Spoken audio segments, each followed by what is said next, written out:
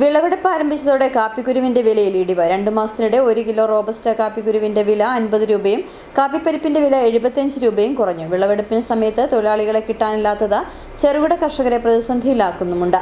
തൊഴിലാളികൾക്ക് നൽകേണ്ടി വരുന്ന ഉയർന്ന കൂലിയും ചെറുകിട കർഷകരെ വെട്ടിലാക്കുന്നു.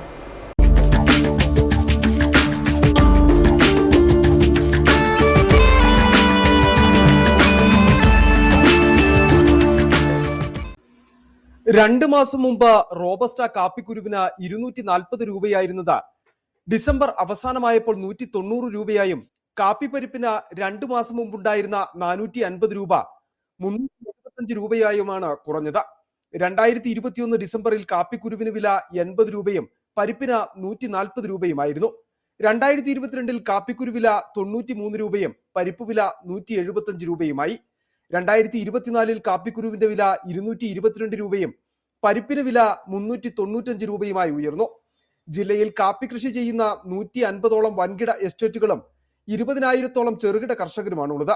സീസണിൽ ഒറ്റത്തവണ ലഭിക്കുന്ന വിളവിനെ ആശ്രയിച്ചു കഴിയുന്ന ഇവരുടെ ദുരിതത്തിന് വർഷങ്ങളായി മാറ്റമുണ്ടാകുന്നില്ല.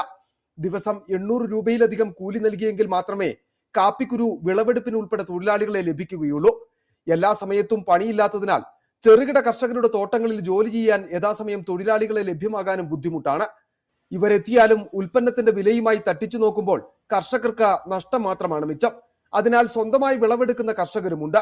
പലരും അതിഥി തൊഴിലാളികളെ എത്തിച്ചാണ് വിളവെടുപ്പ് നടത്തുന്നത്. വിളവെടുപ്പ് വൈകിയാൽ കാപ്പിക്കുരു പഴുത്ത പക്ഷികൾ ഉൾപ്പെടെയുള്ളവ നശിപ്പിക്കുമ്പോൾ കർഷകർ നിസ്സഹായരാണ്. മുൻവർഷങ്ങളിൽ കാലാവസ്ഥാ വ്യതിയാനങ്ങളും മറ്റു കാരണങ്ങളും കാപ്പിയുടെ ഉൽപാദനത്തെ സാരമായി ബാധിച്ചിരുന്നു. ഇത്തവണ ഭേദപ്പെട്ട വിളവുണ്ടെങ്കിലും വിലയിൽ ഇടിവുണ്ടാകുന്നത് കർഷകരെ ആശങ്കപ്പെടുത്തുകയാണ്. City vision, Adimali.